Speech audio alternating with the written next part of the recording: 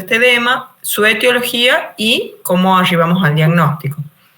Estamos cursando el módulo 1 de la materia y este tema se encuentra dentro del tema 7 del programa de la materia, ¿sí?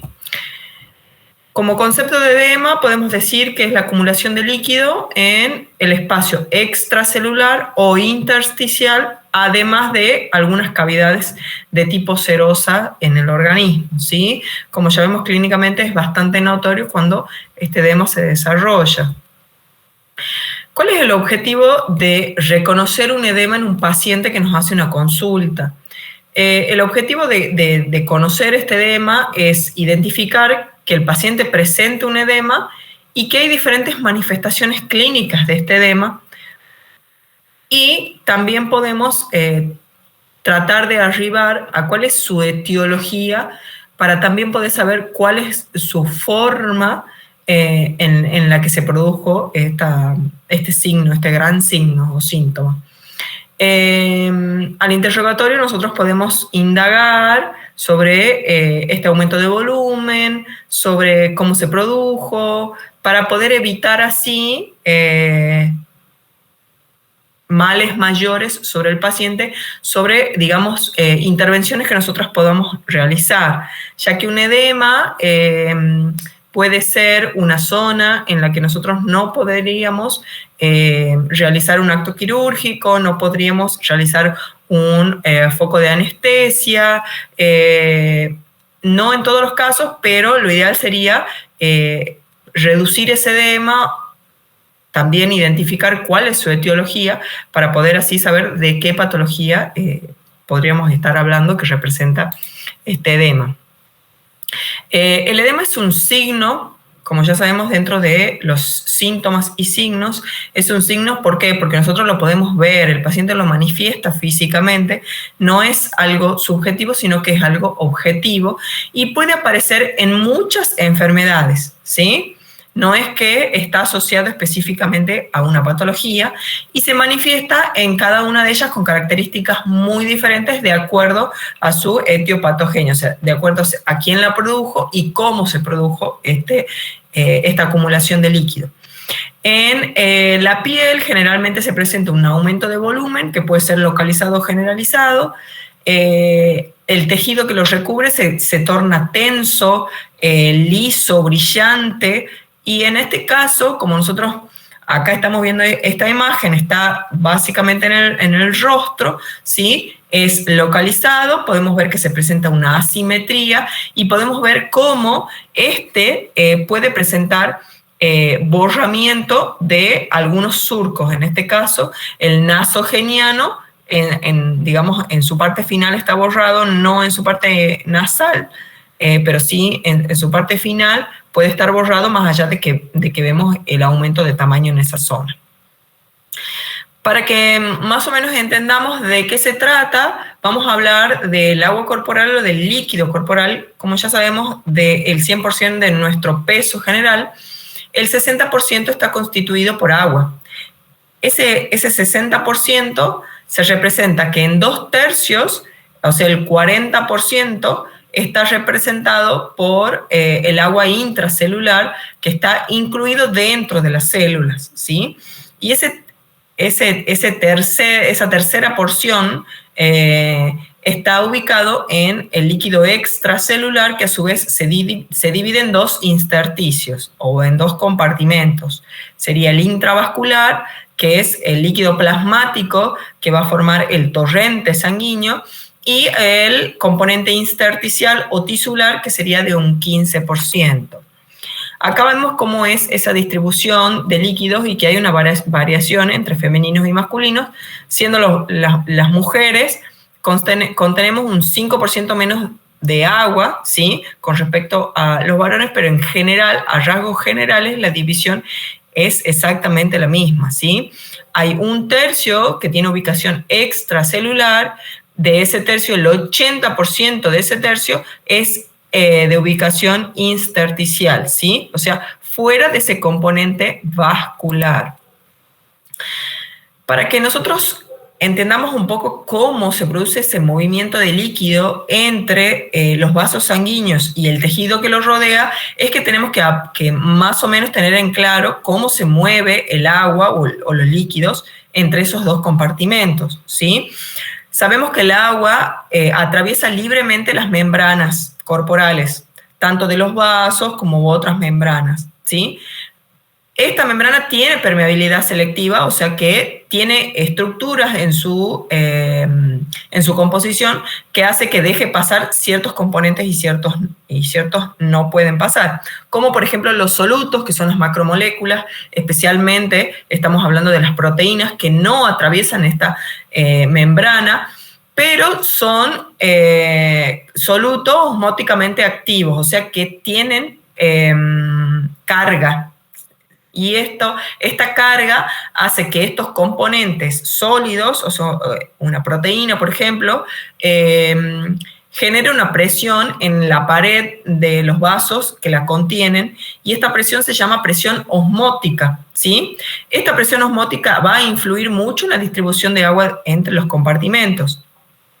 El agua se mueve a través de estos compartimentos por una ley de osmolaridad, en donde van desde la zona de baja osmolaridad a la de alta osmolaridad hasta que alcanzan ellas un equilibrio, ¿sí? Acá tenemos un componente capilar. Para que más o menos podamos entender, hemos ilustrado cómo filtran el componente arterial, la terminal venosa, la rama capilar, y esto que encontramos en verde se denominan las ramas linfáticas, ¿sí? ¿Para qué nosotros tenemos que ver esto? Para que podamos más o menos orientarnos en por qué se produce este edema, por qué se puede producir esta acumulación de líquido específicamente en todo este sector que rodea a este capilar. En este mecanismo que lo llamamos la ley de Starling, ¿sí? Es donde las fuerzas, tenemos dos tipos de fuerzas dentro del vaso: la fuerza hidrostática y la fuerza osmótica. La fuerza hidrostática la componen la fuerza del agua que está contenida en ese vaso, y la fuerza osmótica, como ya dijimos, está asociada a la presentación de la proteína albúmina, básicamente, ¿sí? Hay otras proteínas, pero en la mayor porción es la albúmina.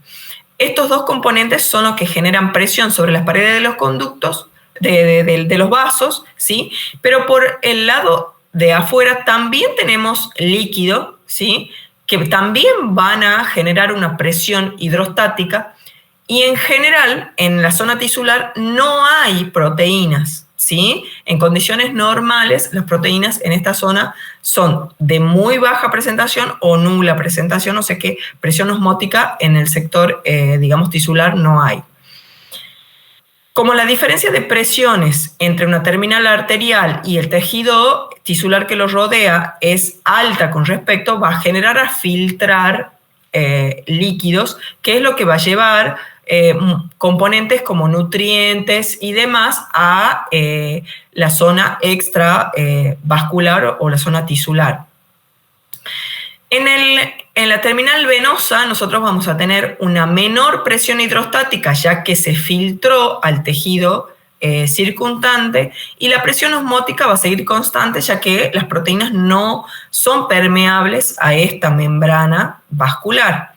Por ende, el líquido va a tender a filtrar hacia adentro del vaso, ¿sí? O sea, en esta zona arterial los nutrientes salen por diferencia de presiones hacia el tejido circundante, y en la porción venosa el tejido circundante, que conlleva toxinas, que conlleva elementos de desecho del tejido circundante, va a tender a entrar, ¿sí? Para ser luego transportado al lugar correspondiente. Siempre hay una diferencia de gradiente, o sea, siempre es más lo que sale que lo que sale en la porción arterial que lo que entra en la porción venosa, y es aquí donde el sistema linfático es el encargado de absorber, reabsorber todos esos nutrientes, y a través del sistema linfático es donde esos nutrientes, como por ejemplo proteínas que han quedado fuera, macromoléculas, pueden volver a incorporarse al torrente sanguíneo, ¿sí? Por eso es importante conocer cómo funciona este sistema de filtración y cuál sería la función de este sistema linfático. Entonces, si hablamos de sistema linfático, tenemos que decir que está encargado de la filtración de esa zona circundante tisular de microorganismos, de toxinas y de células.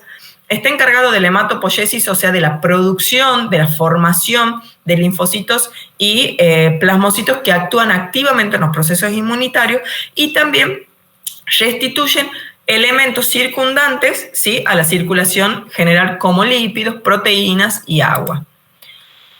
Aproximadamente un 10% del líquido que se encuentra en el intersticio, o sea, en el tejido que rodea a estos capilares, no es drenado, que era lo que yo le decía, al componente venoso, por ende vuelve la circulación por el sistema linfático. Esta pequeña cantidad, digamos, de tejido es importante ya que contiene proteínas o contiene moléculas de gran peso molecular, como por ejemplo las proteínas que no pueden atravesar las fenestraciones venosas y que la única manera o el único camino que tienen de volver a incorporarse a el tejido, digamos, a la circulación, es a través de la circulación linfática. Ahora, ¿cuál es la fisiopatogenia del edema? O sea, ¿cuál es la forma el mecanismo de formación de este edema? Tenemos mecanismos que le podríamos llamar primario y mecanismos secundarios.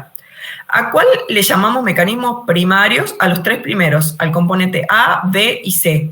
Estos mecanismos primarios son los encargados de formar este edema. ¿Cuál sería? Un aumento de la presión hidrostática, un aumento de la permeabilidad vascular, o sea que se afecte esa permeabilidad de los vasos que constituyen los capilares, y una disminución de las proteínas que se encuentran dentro de esos capilares. Y mecanismos secundarios, que serían el D y el E, serían alteraciones hormonales y un desbalance electrolítico, básicamente, de los tres componentes que se encuentran en mayor parte, que serían el sodio, el potasio y el calcio. ¿Por qué llamamos a estos últimos dos mecanismos secundarios? Porque estos mecanismos no son los encargados de formar el edema, pero sí son encargados de perpetuarlos o de agravarlos con el paso del tiempo.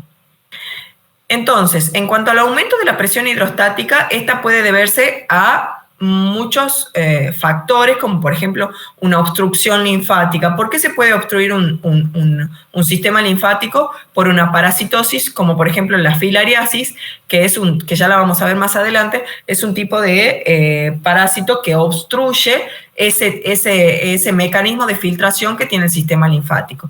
Por neoplasias, ¿sí?, que pueden estar comprimiendo esa circulación, por vaciamientos ganglionares oncológicos, ya que muchas veces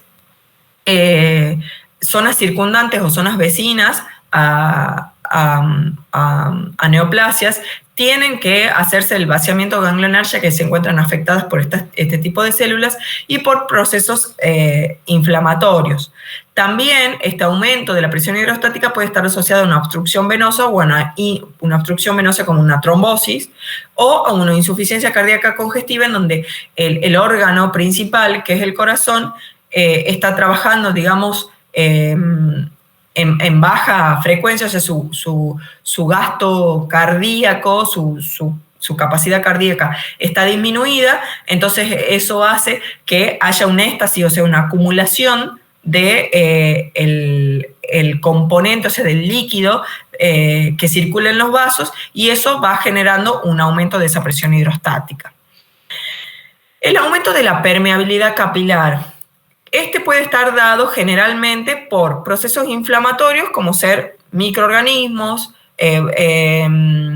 trastornos físicos o trastornos químicos, y también por procesos alérgicos, que es lo que nosotros denominamos el edema angioneurótico de Quick.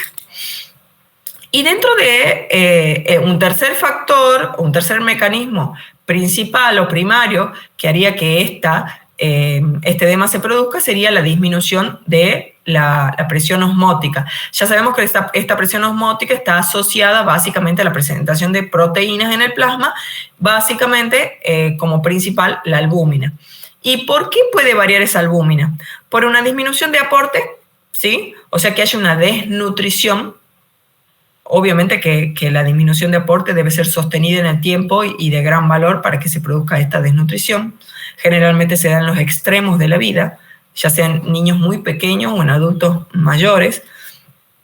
Un trastorno en la síntesis de esta proteína, o sea, en la formación. ¿Quién forma? ¿Cuál es el órgano que forma esta proteína? El hígado. O sea que patologías hepáticas son las que formarían parte de esta disminución de las proteínas, como por ejemplo una cirrosis o un trastorno hepático. Pérdida renal excesiva, o sea, cuando se filtra, se pierde por orina esta albúmina que no debería pasar, que es en el caso del síndrome nefrótico, ¿sí? Que es cuando hay una glomerulonefritis o hay algún trastorno renal que genere filtración de este componente que no debería presentarse en orina. Pérdidas digestivas. Hay patologías de origen gástrico o de origen digestivo inferior que generan pérdida, son perdedoras de proteínas. Se llaman enteropatía, perdedoras de proteína, o gastropatía, perdedoras de proteínas. Y también podemos determinar esta disminución de la presión osmótica a través de pérdidas cutáneas. Se pueden perder proteínas como por ejemplo la albúmina a través de grandes quemaduras. Pacientes que han sufrido grandes quemaduras que por un proceso de deshidratación pierden estas proteínas. Y dentro de las alteraciones secundarias o mecanismos secundarios que ayudan a perpetuar este edema o lo agravan, tenemos las alteraciones hormonales. Dentro de estas hormonas, son varias las hormonas que participan.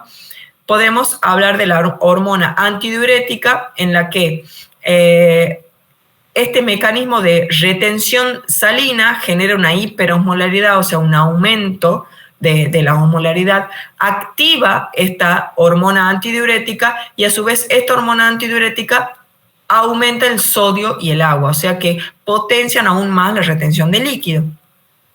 La disminución de la hormona tiroidea, o sea, es un hipotiroidismo, produce lo que algunos también le llaman pseudoedema, porque en realidad el edema es la acumulación de líquido en el compartimento extracelular, básicamente en el compartimento intersticial. En el caso de el edema supuesto que se produce en el hipotiroidismo, no es solamente agua, sino que también se deposita un componente que se llama mucoide. Entonces se lo puede denominar pseudoedema o mixedema, ¿sí? Y dentro de otra hormona, alteraciones hormonales que pueden producir este desbalance, ¿sí? Ayudar a que se produzca o que se perpetúe este edema, tenemos que el paso del líquido al intersticio, o sea, la producción del propio edema, genera una hipovolemia. ¿Qué es una hipovolemia? Es una disminución del volumen de plasma circulante. Eso disminuye el flujo plasmático renal, o sea, disminuye la cantidad de plasma que llega al territorio, digamos, renal para ser filtrado para finalmente producirse en orina. Esto hace que aumente la renina, que aumente la angiotensina y que por ende aumente la aldosterona, que son hormonas que actúan en cascada. Esta cascada de aumento de hormonas va a tener como final el aumento de la retención de agua y de sodio, ¿sí? Y también dentro de los mecanismos secundarios, las alteraciones en el equilibrio de los electrolitos, básicamente, como ya les dije, el sodio, el potasio, el calcio o el magnesio, que son componentes minerales que abundan en nuestro organismo, un desequilibrio en ellos puede ayudar a perpetuar este edema, como por ejemplo el sodio. Nosotros podemos aumentar, excedernos en la ingesta de sodio en nuestra dieta, o también puede haber un trastorno en su filtración, un trastorno renal que puede hacer que este sodio se vaya acumulando y eso, digamos, como que facilite la perpetuación de de este edema. Hablando un poco de semiología, ya que entendimos de qué se trata el edema, vimos cuáles son los factores, cuáles son los mecanismos primarios, los mecanismos secundarios, de qué se tratan, y vemos mucho que este edema está relacionado con patologías sistémicas o con desórdenes o con desequilibrios sistémicos, ¿sí? ¿Qué es lo que nosotros podemos hacer? ¿Cuáles son las herramientas que nosotros tenemos en nuestro consultorio para investigar o para poder arribar a reconocer cuál sería la etiología y cuál sería el mecanismo de formación de este edema? En el interrogatorio nosotros le vamos a preguntar al paciente sobre en qué momento se produce, si es a la mañana, si es a la noche, y como que eso nos va a ir guiando en, que es lo que denominamos anamnesis, eso es lo que nos va a ir guiando en llegar a un diagnóstico. En la inspección, en cómo se presenta, si es localizado, generalizado, si es hemilateral o es bilateral. A la palpación ya vamos a ver qué es el signo de Godet. Y como métodos auxiliares tenemos pesar y medir, ¿sí? Para poder determinar si ese edema va en aumento, ¿sí? Muchas veces lo hacemos pesar a los pacientes a la mañana para ver si ese edema es matutino, o a la tarde para ver si es vespertino. Y pesamos algunos contornos, o medimos, perdón, algunos contornos para determinar si hay un aumento de esa circunferencia. Entonces, en el interrogatorio le vamos a preguntar cuál es su forma de aparecer, cómo desaparece, cuál es el tiempo que dura, cuáles son las situaciones o síntomas que le precedieron. ¿Qué significa? Que antes del edema, ¿qué hubo? ¿Qué le dolió? ¿Qué pasó? ¿Sí? A la inspección, dónde se localiza, cuál es su extensión, su color, si hay borramientos de surcos faciales específicamente, y a la palpación, cuál es su consistencia, ¿sí? Que es el signo de Godet, si tiene temperatura, si hay un cambio de temperatura en la zona y si hay sensibilidad, ¿sí? Entonces, semiológicamente, ¿qué tenemos que investigar? ¿Cuál es su forma de instalación? Si es aguda o crónica. Generalmente los edemas de tipo inflamatorio y los alérgicos son de aparición repentina. O sea, el paciente va a decir, no tenía nada y en cuestiones de minutos o en cuestiones de horas se produjo esto. Y los de instalación crónica son más que nada asociados a patologías renales, cardíacas o hepáticas. El horario de aparición puede tener una aparición inespecífica, o sea, en cualquier momento del día, que son los inflamatorios o alérgicos, que, digamos, va a depender mucho del contacto con ese antígeno.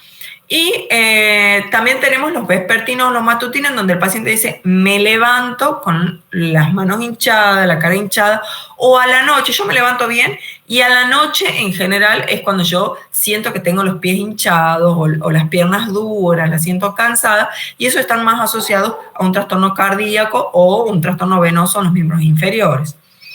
¿Dónde se localiza? En la cara, en las manos, en las zonas declives. ¿Qué significa en la zona declive? En la zona que nosotros tenemos, digamos, en las piernas o en las extremidades superiores, digamos que nosotros dejamos caer y las manos se presentan esa retención de líquido.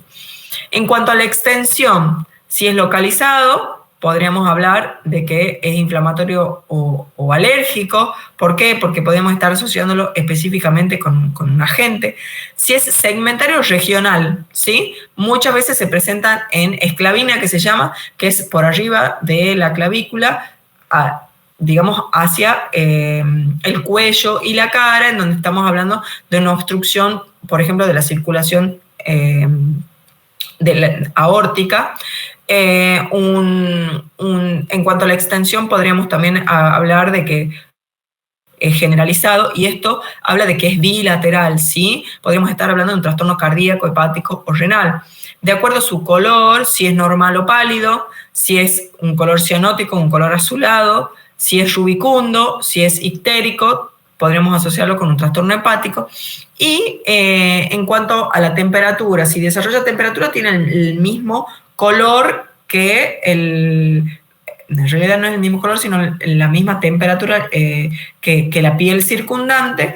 Si está conservada la temperatura, podríamos hablar de un cardíaco. Si está aumentada un inflamatorio, y si está disminuido, o sea, si la zona se encuentra más bien fría, podríamos hablar de un origen renal. En cuanto a la sensibilidad, generalmente los inflamatorios son de origen doloroso y el resto, ¿sí?, de los orígenes no presentan dolor. Y en cuanto a la acción de la gravedad, las zonas de declive lo podremos asociar con trastornos cardíacos o venosos, y cuando no depende de esas zonas de declives, renales o hepáticos. Acá vemos de qué se trata el signo de Godet. Nosotros vamos a ver la zona edematizada, en donde vamos a hacer presión con el pulpejo de los dedos, siempre teniendo en cuenta un plano óseo. En este caso tenemos la estructura ósea en la base, y en el caso de que no tengamos la estructura de base, digamos, ósea, sino que tengamos que palpar en el espesor, por ejemplo, de la mucosa yugal, lo que podemos hacer es agarrarlo como pinza, en donde con una zona hacemos ese tope óseo, y con el pulpejo de los dedos realizamos la palpación. Hacemos presión suavemente, ¿sí?, hasta donde tengamos un tope de esa estructura ósea, y soltamos, ¿sí? En general, un tejido normal, un tejido sin patología, debe volver a la normalidad en el mismo momento en el que lo soltamos, pero en este caso, ¿sí?, como hay acumulación de líquido acá, nosotros sostenemos unos segundos el pulpejo de los dedos, soltamos y queda la huella esta marcada, ¿sí? Esto significa signo de Godet positivo, ¿sí? Y dentro de las clasificaciones clínicas del edema, acá tenemos, digamos, ejemplos que por su extensión dentro de los locales podemos tener en párpado, ¿sí?, podemos tener en labio, y era lo que yo le hablaba de los segmentarios que en esclavina, o dentro de los generales, que también se llaman anasarca, podríamos hablar de los edemas hepáticos, renales o cardíacos. Y dentro de sus características clínicas, es como que vamos viéndolo desde diferentes puntos de vista. Podemos tener el rubicundo, el pálido, el cianótico, las temperaturas, ¿sí?, la consistencia, ¿sí?, los que son duros generalmente, como son son muy crónicos, se presenta una obstrucción venosa como etiología, y los blandos generalmente son de origen renales o cardíacos. Y dentro de la clasificación, según su etiología, tenemos los inflamatorios, que se pueden producir por un trauma o por microorganismos, los alérgicos, como el edema neurótico de Quick, los que se generan por una hipoproteinemia, o sea, por una disminución de las proteínas, que es el edema marásmico o de hambre, que generalmente no lo vemos nosotros, los obstructivos, linfáticos o venosos, los cardíacos, los renales y los hepáticos. Generalmente nosotros nos manejamos con los inflamatorios y los alérgicos. Y dentro de los inflamatorios están muy asociados los de origen, digamos, infeccioso, asociados a el origen dentario, ¿sí? Por ejemplo, inflamatorios infecciosos, vemos un aumento de volumen en la zona de la paciente, donde ya se está borrando una parte del surco nasogeniano. Al abrir la boca vemos que esta zona, que debería tener un pliegue porque hay un surco acá, está borrado porque esta zona se perdió, porque el tejido, digamos, está ocupando esta zona, y podríamos asociarla con la erupción del tercer molar, que debe haber alguna filtración y algún microorganismo está generando esta respuesta, está aumentando la permeabilidad en el vaso de la zona, que está haciendo que drene o que filtre más componente plasmático en esta zona intersticial. También acá vemos cómo el edema, aparte de ser un aumento de volumen, asimétrico, local, tiene un componente ya de coloración, ¿sí? Hay una rubicundez en esta zona que también podríamos asociarlo con un origen infeccioso. Si nosotros palpamos, vamos a tener presente en la zona un cambio de temperatura, y lo podemos asociar con restos radiculares, o sea, básicamente un origen infeccioso. Un niño, ¿sí?, También se presentan de igual manera un aumento de volumen asimétrico, localizado. Si nosotros vamos al interior de la boca, vamos a ver que la zona periodontal en este niño también está afectada, está bombada, está tumefacta, ¿sí? Está agrandada. Y cuando ustedes vean Chaga, enfermedad de Chaga, van a ver por qué nosotros como odontólogos estudiamos la enfermedad de Chaga, ¿sí? Por un lado, porque el paciente se afecta cardíacamente y nosotros tenemos que hacer si tenemos que hacer una intervención quirúrgica o algún tratamiento invasivo, tenemos que hacer un tratamiento con antibióticos de manera preventiva. Y por otro lado, no sé si es tanta la frecuencia en la que se puede presentar, pero sí se puede presentar un diagnóstico diferencial en un osteoflemón con un signo de Romaña, ¿sí?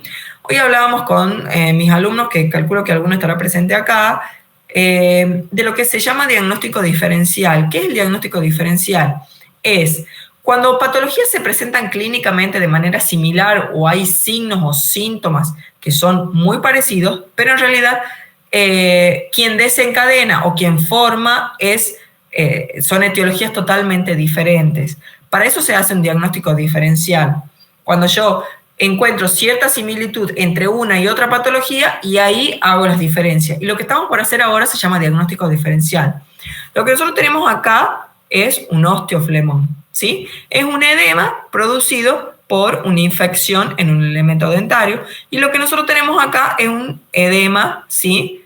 Que es un signo de Romaña, que es un paciente que ha sido inoculado por el parásito que genera el Chaga, o sea que ha sido picado por una vinchuca. ¿Cuál es la similitud?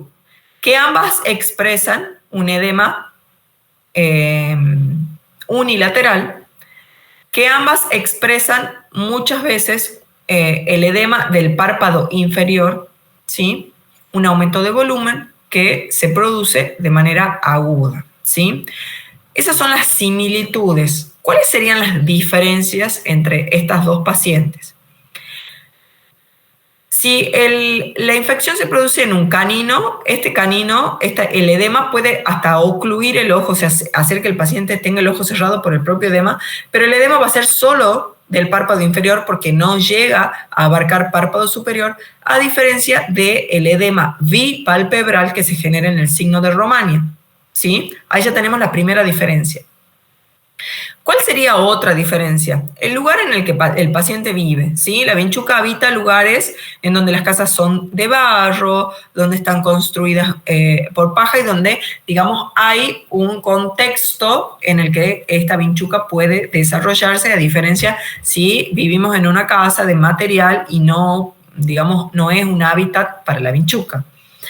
Otra característica clínica importante es que a este osteoflemón le va a preceder un dolor importante, ¿sí? Por la infección que se ha generado en un elemento dentario, ¿sí? Porque este origen infeccioso es de un elemento dentario. En cambio, este no va a presentar un dolor previo, ¿sí?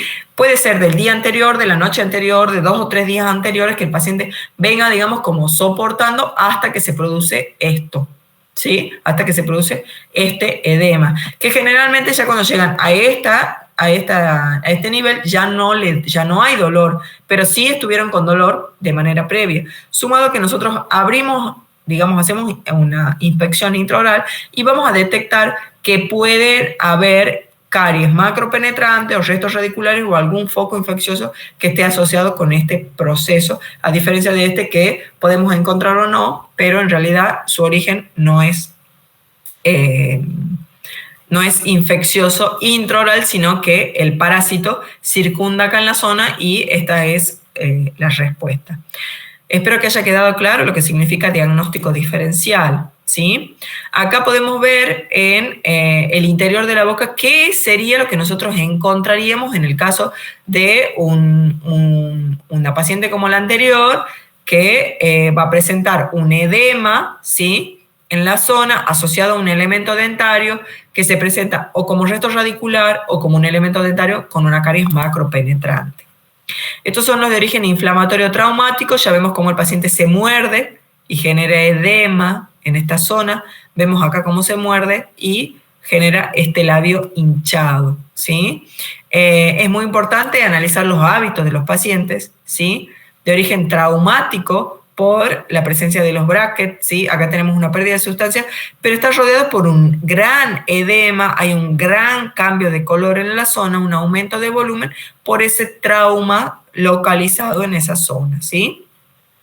Dentro de los edemas alérgicos, que era lo que nosotros le llamábamos el edema angioneurótico de Quick, está caracterizado porque su instalación es repentina, o sea que puede darse de minutos a horas, no presenta dolor, se presenta en ambos lados de la línea media, no pica o puede presentar prurito en algunas ocasiones, ¿sí? O sea que puede causar picazón y generalmente está localizado en labios, párpados y glotis, o sea que hay que tener cuidado con un edema de glotis en esta zona, ¿sí? También puede asociarse a la presentación de ronchas, ¿sí? En este caso, el mastocito es la célula, digamos, que interviene en este proceso de digamos, de respuesta alérgica, que produce una degranulación y liberan histamina, y es esta histamina la que altera la permeabilidad capilar, ¿sí? Y lo que va a generar que desde los vasos salga ese componente plasmático y lo que secundariamente se ve clínicamente como un edema,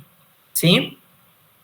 Este edema angioneurótico se caracteriza porque es de aparición rápida, ¿sí? Y hay un componente hereditario que facilita su formación, que es la proteína sanguínea inhibidor, que es la CI, que es una deficiencia de esta proteína.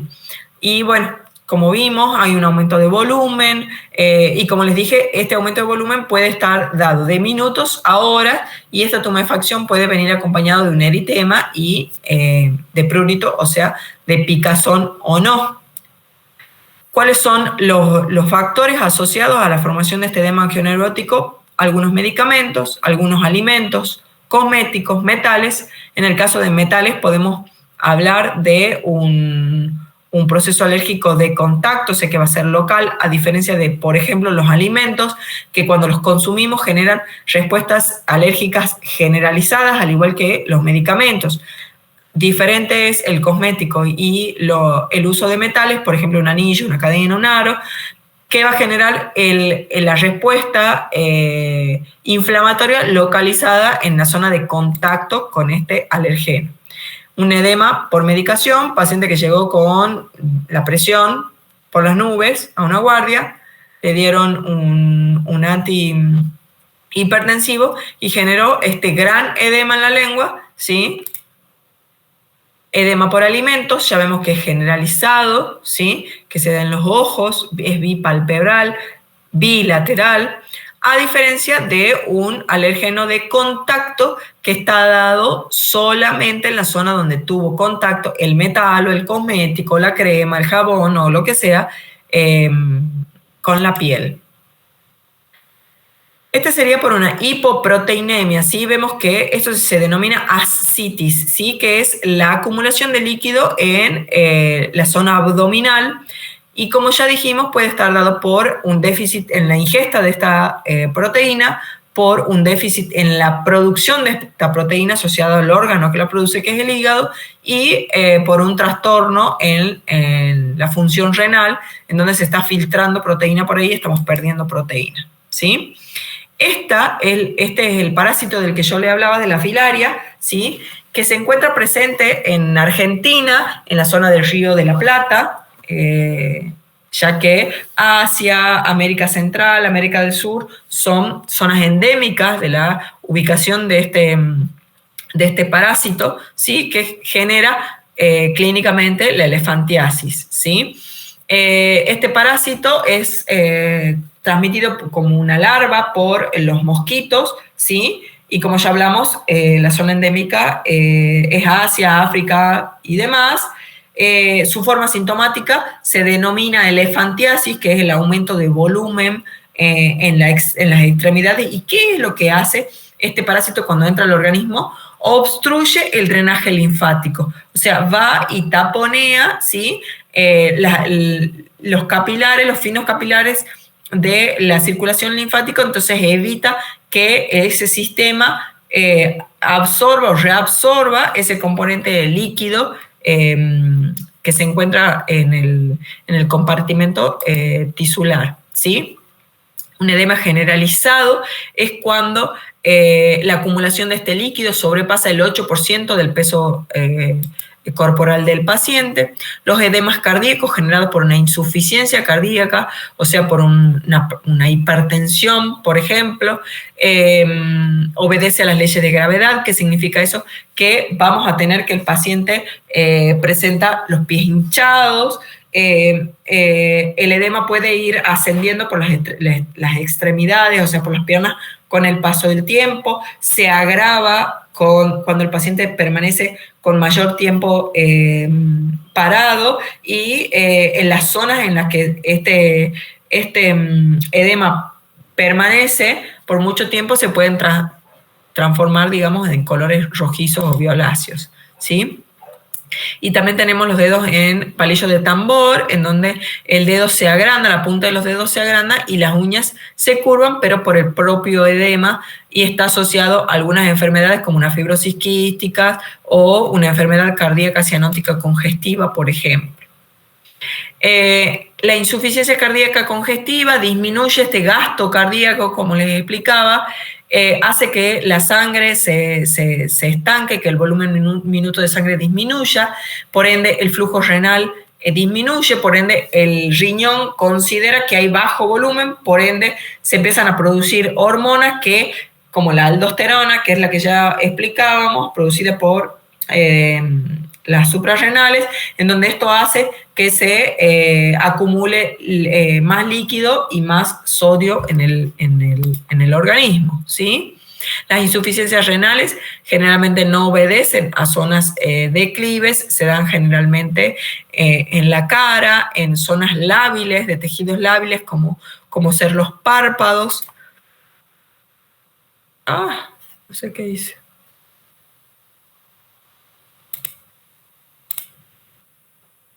¿Ustedes siguen viendo? Hola. Sí. Sí se ve.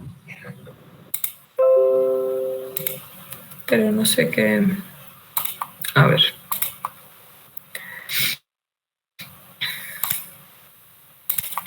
Ahí ya no ven nada. Ahora no. Ahora no.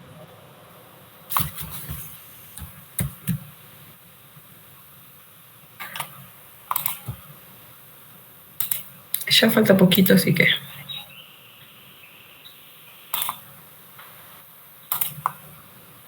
¿Ahí vemos? Sí, ahora sí. Muy bien. Y este sería un edema de origen renal, de origen hepático, perdón, que era lo que yo les decía, que le denominaban ascitis, que es una acumulación de este líquido en la zona abdominal, que se da generalmente en estas insuficiencias hepáticas o en pacientes con cirrosis, ¿sí? Esto es importante que ustedes sepan, por eso hicimos este cuadrito, que ustedes sepan identificar cuando un edema es inflamatorio. Generalmente es localizado, es de color rosado, es doloroso, es duro y caliente, ¿sí? A diferencia de un edema de origen cardíaco, en donde su localización es generalizada, el color es cianótico, es indoloro y blando generalmente, por ende va a ser frío y de aspecto normal. Y así es como que tratamos de más o menos hacer un cuadro comparativo entre los diferentes tipos de edema, como para que ustedes tengan una referencia, porque es importante saberlos reconocer, sabiendo que nosotros un edema inflamatorio y un edema alérgico podemos tener muy frecuentemente en la consulta odontológica, ¿sí? Un paciente con un edema cardíaco, con un edema renal, ¿sí?